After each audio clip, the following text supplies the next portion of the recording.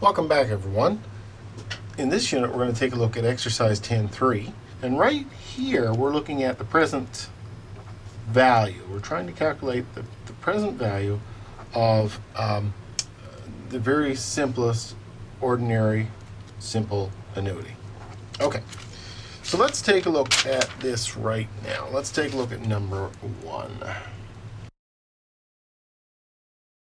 Number 1 says, this problem demonstrates the dependence of an annuity's present value on the size of the periodic payment. Calculate the present value of a 25 end-of-year payments of, I'm going to say 1,000 to start with, and it's assuming a 5% compounded annually. So again, we know it's an ordinary simple annuity by the very fact that the payments are made at the end of the year and the compounds are at the year. So basically it's a year and a year. So the compounding and the payments are in sync. We also know that it's an ordinary because the payments are at the end of the year. So what we need to be able to do is to employ the present value formula here. In the first case, it's A is 1,000. So the present value formula is this, PMT, and it's 1 minus 1 plus I to the minus n over I. So we'll just plug those numbers in now. First of all, for 1,000, A, 1,000. So 1,000.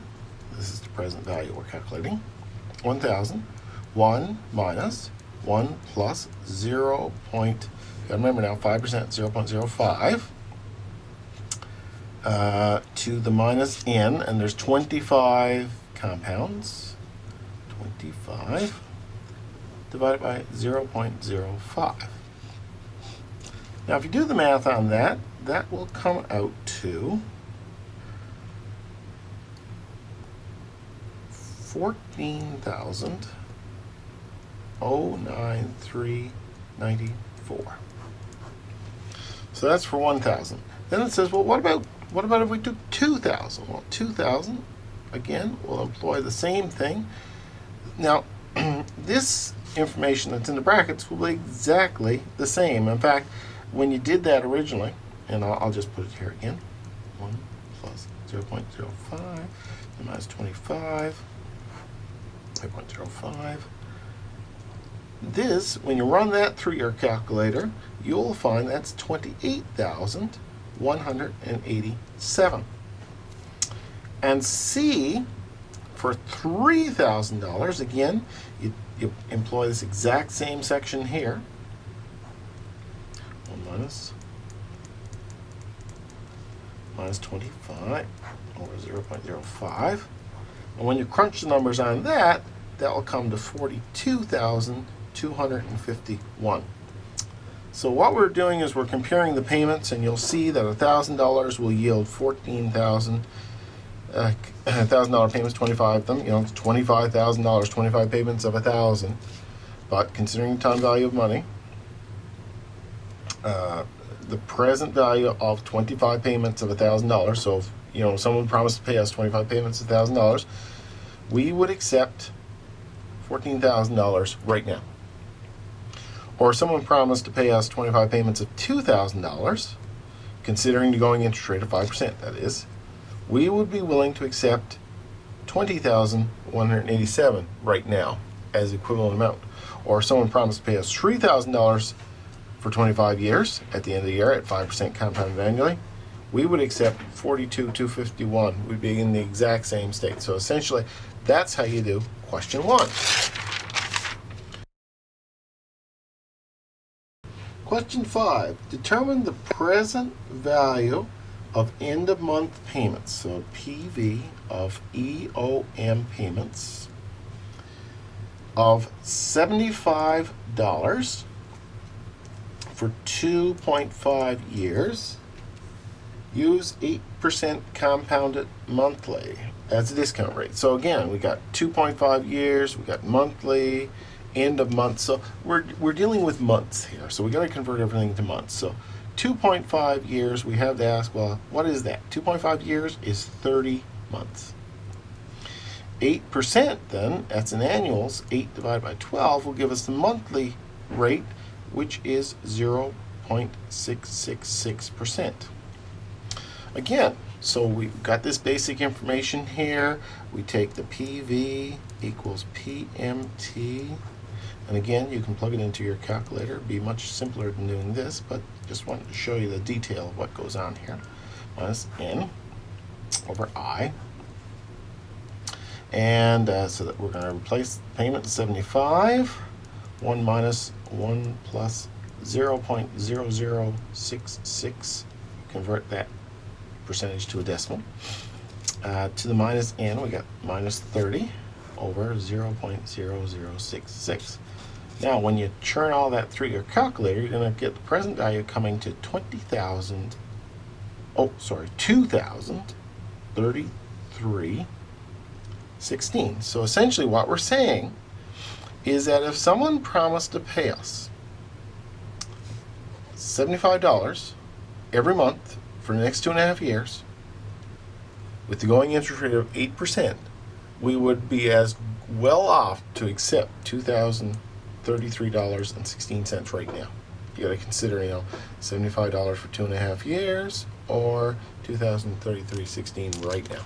So both of those are equivalent. So hence the present value. That's number 5. Let's take a look next at number 7. Now, number 7, like in the last set of problems, number 7 is a little more complicated. It requires us to consider a few things. It says a contract for end of month, so it's end of month payments for $175 for 8 1/4 years. What would the investor pay to purchase the contract if she requires a rate of return of 3% compounded monthly? So what we have to do here is to contemplate this. This is in months. So we got to change 8.5 years to 8 1/4 years to months. 8 times 12 plus the three months of the quarter would come to 99 months. 3% by 12 will give us a monthly rate of 0.25%. So we just plug that into the equation. So the present value is the PMT. And again, 1 minus 1 plus I to minus N over I. We're going to take that, so that's the payment, is 175. 1 minus 1 plus I, 0.0025. Again, we take the decimal. This is 2.25%, so it's the decimal. Minus N, 99, over 0.0025. We run that through our calculator, and the present value will come out to be 15,330. And that's how you do that. So essentially, again, what we're saying is that instead of taking $175 a month for 8 1/4 years at 3%, we would just as well accept 15,330.60 right now.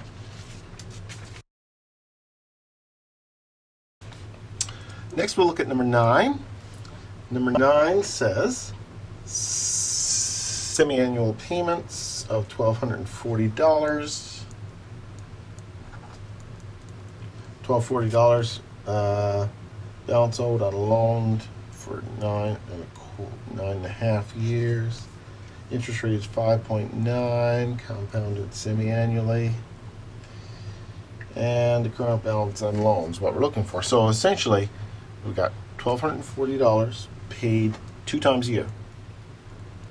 9.5 years, 5.9%. So Seeing it's a semi-annual payment, we got to find out how many compounds there are then. So 9.5 years equates to 19 payment periods.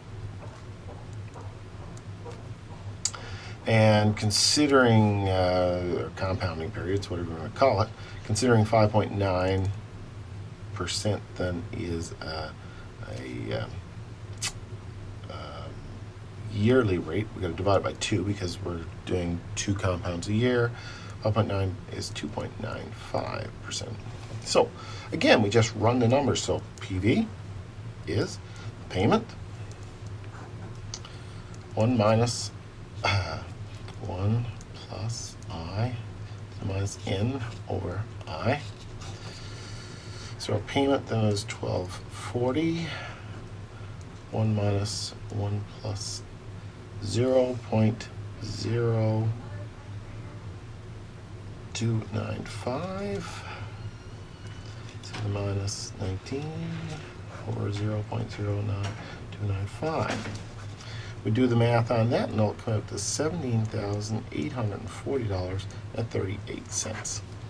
So essentially what we're saying is that we would be as willing to accept $17,840.38 now as we would $1,240 twice a year for 9.5 years at 5.9%.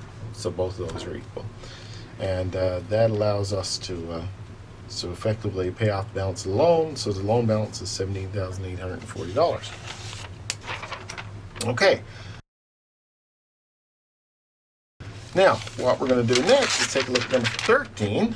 Number 13, 113 here. Number 13 says, what is the present value of an end of quarter payments of $2,500 for 7 years? Use a discount of 6% compounded quarterly. So again, this is what we got here. We got the payment of $2,500. We got 7 years, which is, and if that's compounded quarterly, we got to calculate now how many periods is that? Well, that's 7 times 4 is 28 compounding periods, and we have to take the 6%, and it's dealt with quarterly, so 6 divided by 4 will give us 1.5% per quarter. And then we'll just plug the numbers into the formula. So PV equals PMT 1 minus 1 plus I to the minus N over I. We'll take that bit of information now. The payment is $2,500. 1 plus 0.015 to the minus 28 and 0.015. We run it through our calculator and it will come to $56,816. So essentially what we're saying is, hey, you know, if we had $2,500 paid to us each quarter for 7 years at 6%, someone give us that deal, or someone to say to us, hey, you know, I'll give you $56,000 now, they'd be equivalent. So essentially, the current value of that stream of payments is $56,816. Okay, hopefully that will give you a good handle on how to do some of those. You got any questions, you let me know. Thanks.